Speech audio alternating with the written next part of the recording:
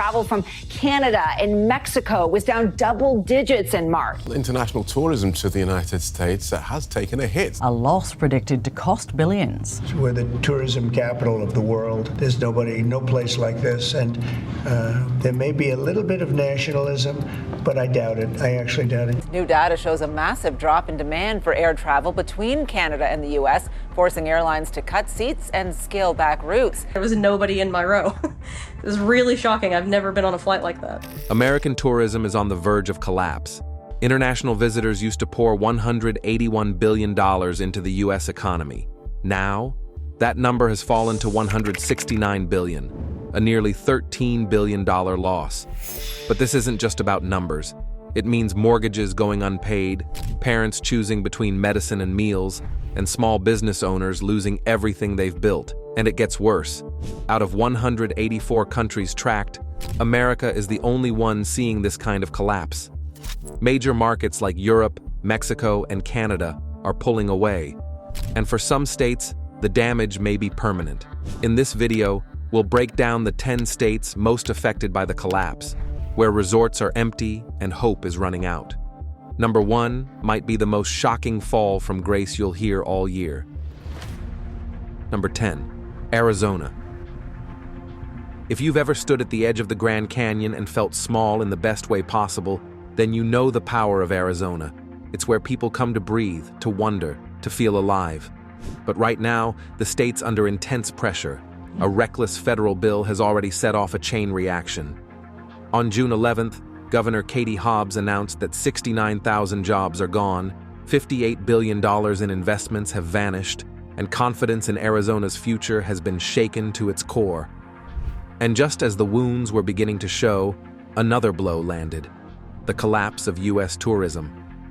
For a state built on awe, wonder, and open roads, this is suffocation. Now here's what it looks like. Typically, you'd hear German hikers comparing trail notes in the Grand Canyon, French tourists snapping perfect sunrise shots in Antelope Canyon, and Canadian retirees soaking in the Scottsdale warmth like it was medicine for the soul. This year, that stream has slowed to a trickle. In northern Arizona, Flagstaff, a gateway city to natural wonders, has experienced a 15 to 20% drop in international visitors year over year. Park rangers at the Grand Canyon say you can hike for miles and only hear English, a quiet sign of a louder problem. Typically, 1 in every 5 visitors comes from abroad. This year, closer to 1 in 10. Even down south, things feel off. In Tucson and Phoenix, stores that once welcomed Mexican day trippers and holiday shoppers now brace for quiet weekends. Cross-border tourism has slowed, part economic caution, part emotional hesitation. Many families in border towns that rely on this foot traffic are holding their breath, wondering if next season will be better or worse. In some rural towns, where generations rely on seasonal tourism, young people are quietly making plans to leave. No tourists means no jobs. No jobs means no reason to stay. Could things get better in summer? Experts say not really, as the data shows, but local leaders are trying. Flagstaff launched a campaign called Flagstaff Stars, hoping astronomy lovers might replace the absent globetrotters. But beneath all the marketing is a graver reality: the fear that Arizona's magic might not expand beyond its borders, yet no one truly grasps the impact of these vanishing jobs on regular Americans. So, have you ever stood on the edge of the Grand Canyon and felt tiny, humbled, human? If so, tell us. Because even if the world isn't visiting Arizona right now, maybe your memory can help keep its wonder alive. Now let's head to a city where Broadway's applause is starting to echo a little too long. Number 9, New York City. You used to need a miracle to get Broadway tickets. Now, you can walk right up. The theaters are still lit, but the applause doesn't last as long. Museums feel spacious in a way that isn't comforting. And in the heart of Manhattan, hotel rooms that once went for $500 a night are begging for bookings.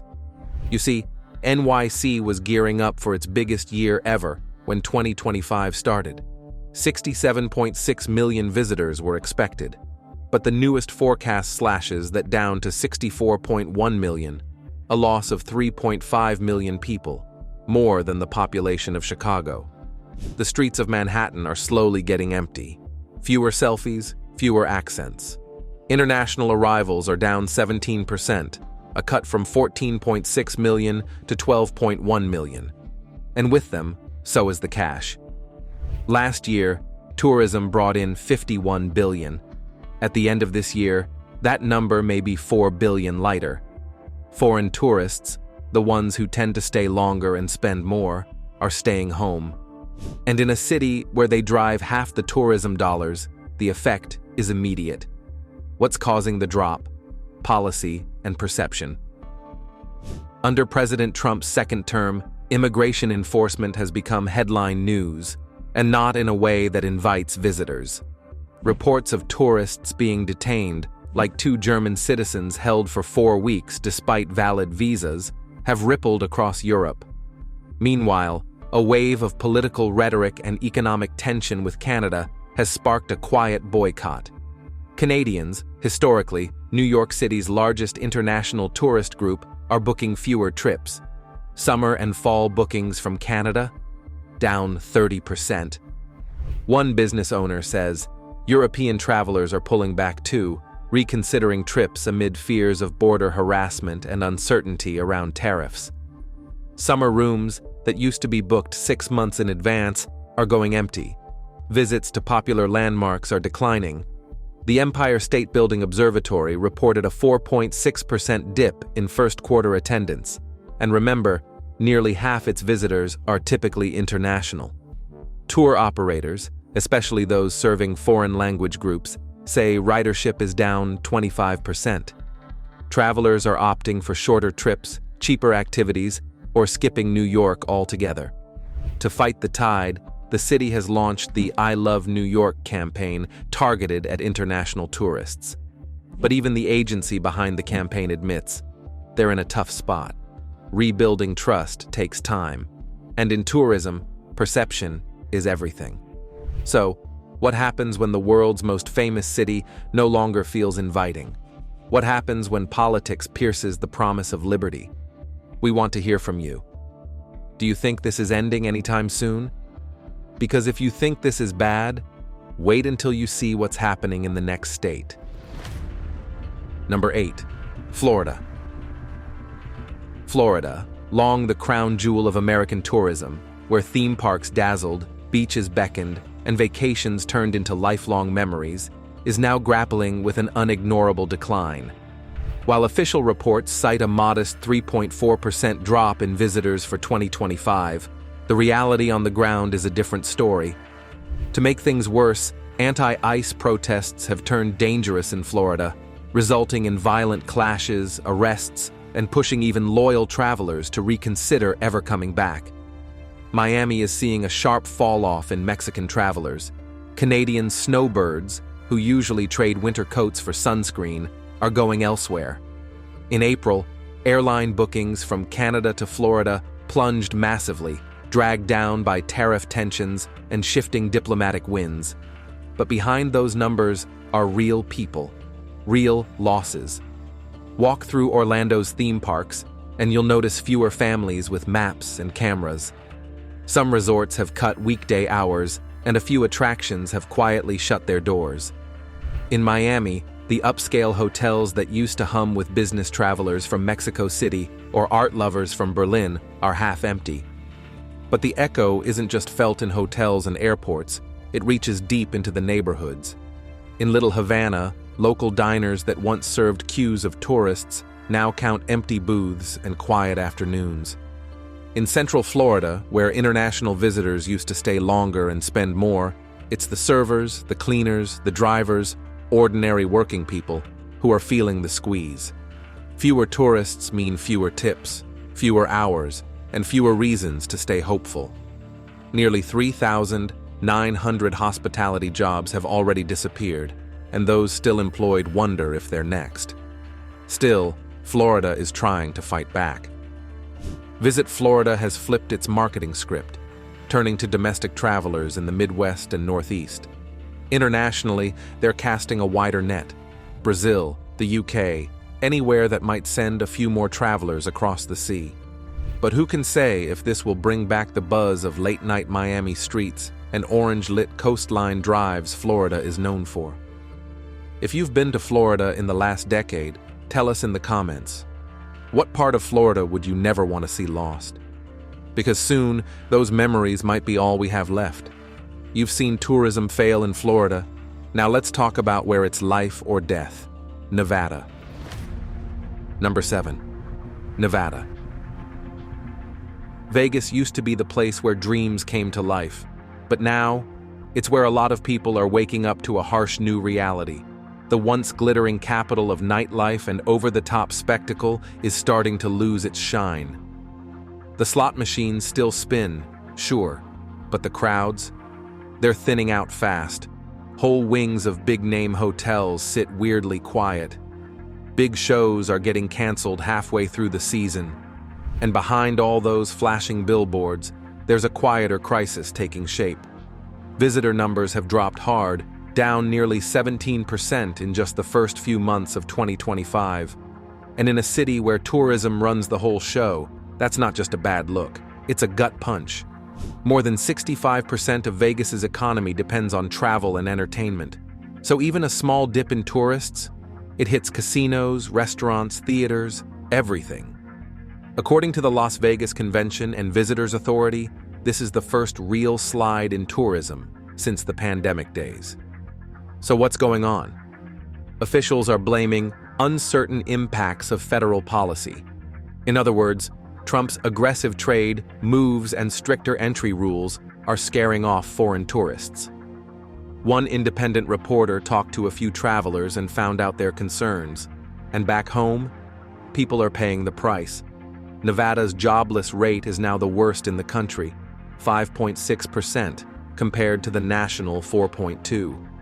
Hospitality workers are getting their hours cut. Some casinos are shutting down entire towers during slow weekdays. Resorts are slashing room prices, trying anything to fill beds. Even then, hotel occupancy is taking a hit. One resident laments sadly. Still, many are saying the big conventions later this year might help turn things around. But that's the strange thing about Vegas. It never admits defeat. Well, if you think this is bad, wait until you see what's going down in the next state. Illinois is next. Number 6. Illinois. There was a time, not long ago, when Chicago felt like the center of everything. You'd step into McCormick Place and feel the hum of ambition in the air. Booths from Tokyo, Berlin, Atlanta, lanyards bouncing off suit jackets, deals made over deep dish pizza and sealed at rooftop bars with skyline views. Chicago didn't just host conferences, it welcomed the world. But in the first quarter of 2025, Chicago reported the worst hotel occupancy rates of any major U.S. convention city, every single month.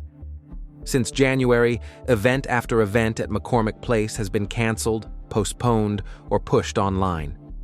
What's left behind isn't just quiet, it's worry. Because in Chicago, a canceled convention doesn't just hurt a venue, it ripples outward. No one's catching cabs from O'Hare, no one's ordering filet mignon at Gibson's, no one's buying last-minute Bulls merch for the kids back home. Hotel owners in Illinois had to lay out the harsh reality of their situation during recent Senate hearings. Downtown streets that once pulsed with conventioneers now feel stuck in permanent Sunday morning. Restaurant reservations are easy to get, too easy, and thousands of workers, banquet servers, sound techs, event planners, are left wondering how long they can hang on. Some have left the state entirely, taking with them years of experience. Others are trying to reinvent themselves. Local entrepreneurs are scrambling to host hybrid events with a mix of in-person and Zoom attendees. And city leaders are urging locals to rediscover Illinois. A brave effort, sure, but how do you replace $45 billion in tourism dollars with staycations? This isn't just about money, it's about meaning. Chicago has always been the handshake city, the meet-you-halfway metropolis where America comes to gather. World fairs, presidential conventions, industry expos that shaped careers. But what happens when the nation stops coming together here? When deals move from handshakes to Zoom calls? I might not have all the answers, but I know this will crush the dreams of countless Americans who depend on this place. We broke down economic dependencies, job loss, and even casino closures to bring you this look at Vegas. If it earned your trust, please hit the subscribe button.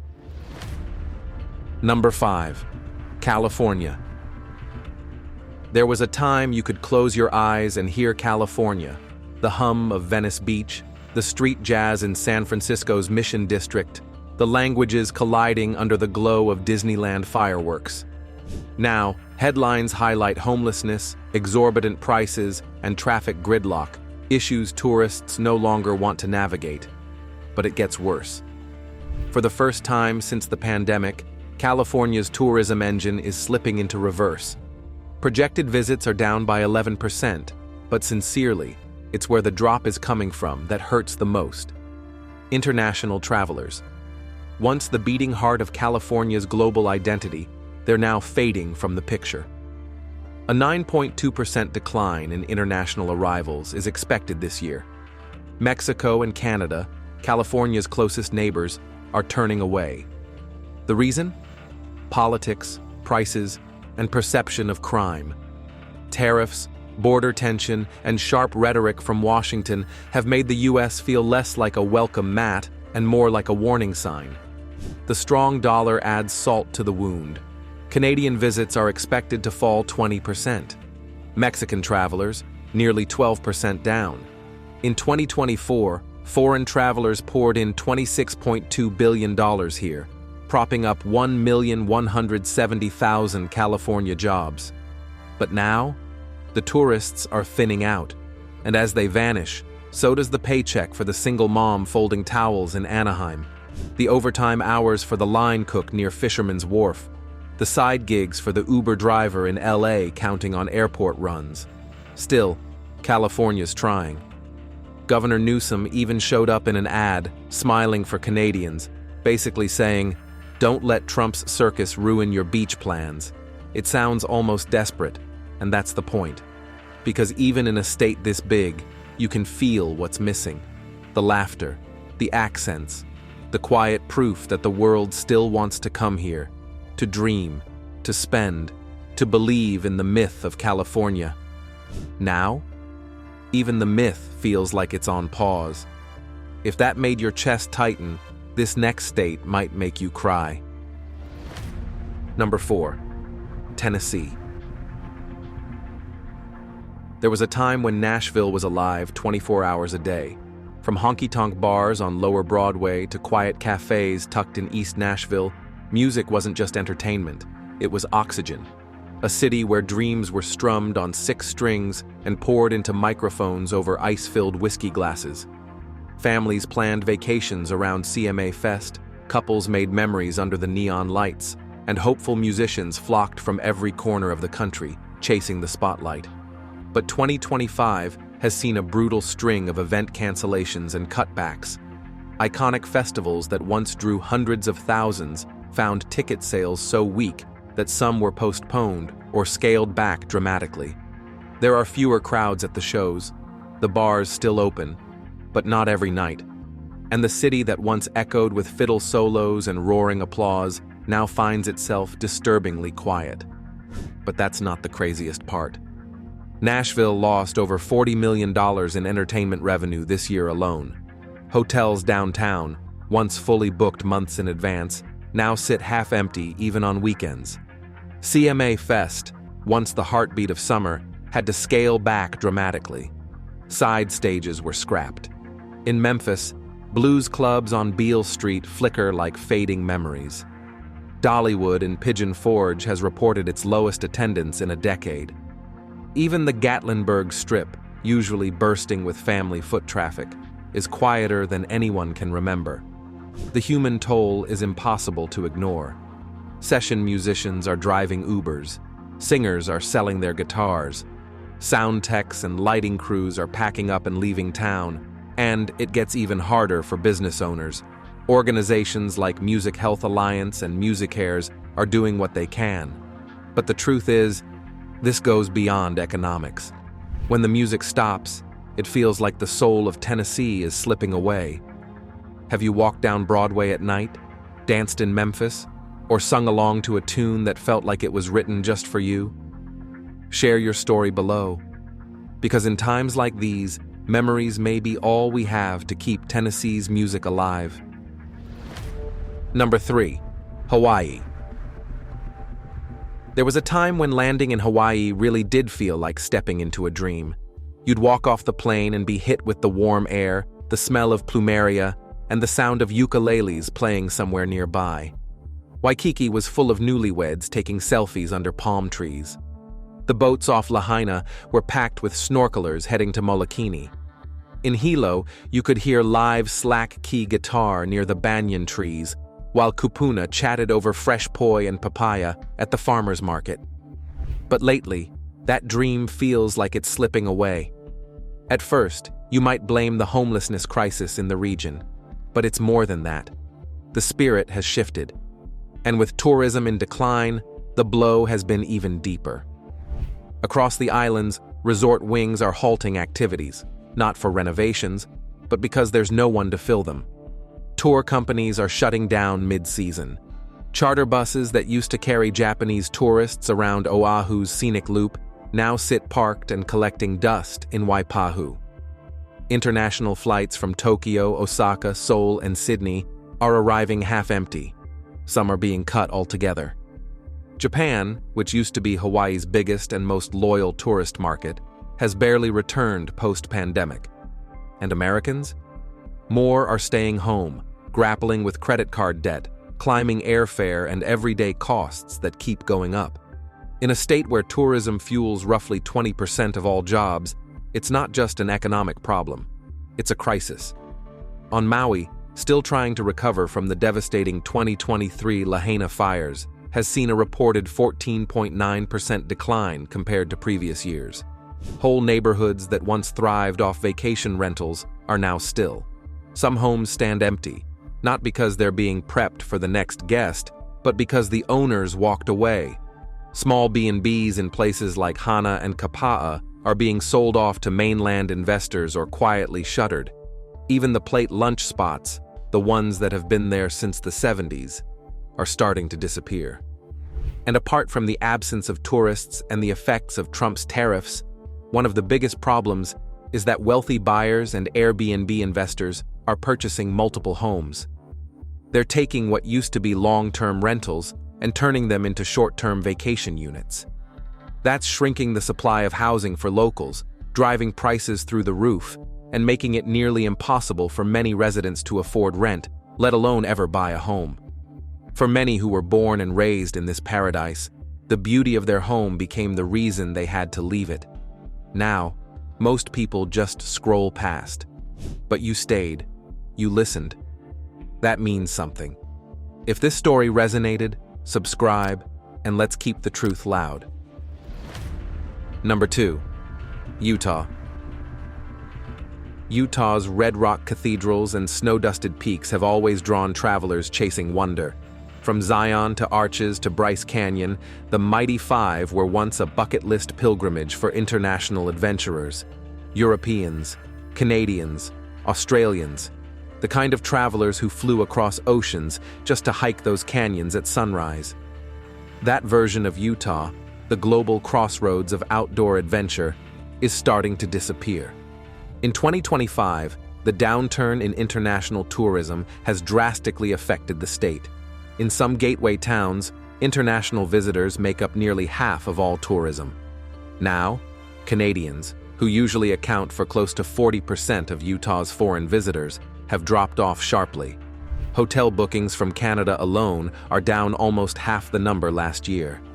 This isn't just about missing revenue.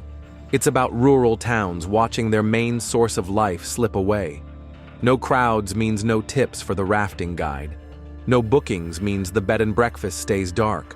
No foot traffic means the gear shop closes 2 hours earlier, and maybe for good. Even Salt Lake City and Park City haven't escaped the shift. This past winter, ski season saw fewer Australians, fewer Europeans. Some blame travel fears, others, the strong dollar. Either way, the slopes felt a little more empty. In response, Utah is trying to pivot. The state's tourism office launched a Mighty 5 road trip campaign, urging Americans to come now, promising fewer crowds as a hidden blessing of the downturn.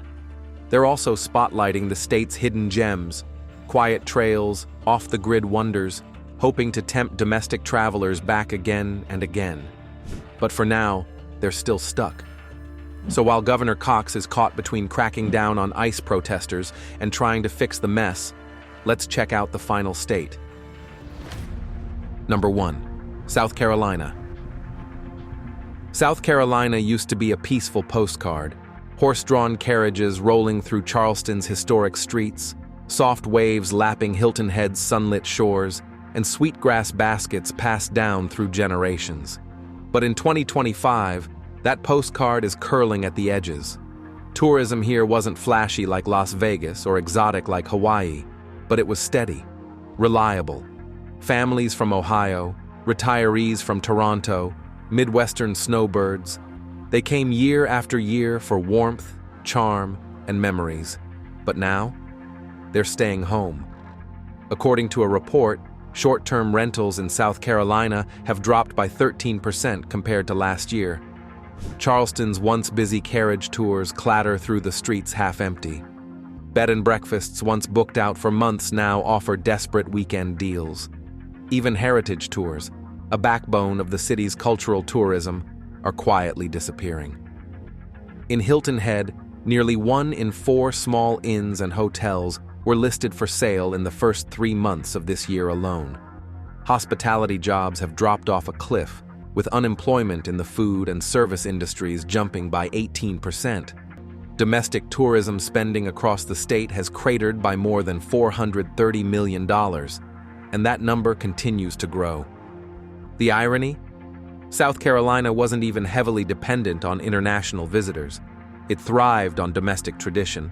But now, even that's gone soft. Canadians are skipping trips due to tariffs and tension. Older Northerners are backing out too, spooked by costs and a sense that maybe it's just safer to stay put. Now, seaside neighborhoods once filled with laughter and cookouts sit in eerie silence. Airbnb owners, many of them elderly, can't pay their taxes. They're selling, leaving behind ghost towns where summer joy once lived. That's a wrap. But this is important. We all know someone who worked in a hotel, a cousin who played guitar in a Nashville bar, a neighbor who drove tourists to see fall leaves in Utah. Tourism isn't just dollars, it's people, culture, identity. The collapse we explored today isn't theoretical, it's personal, and it's happening faster than most people realize. It leaves us with the big question: what happens to us when the places that brought us together fall apart? If that question hits close to home, we'd love for you to subscribe, because someone has to keep telling these stories. Someone who still remembers why they mattered.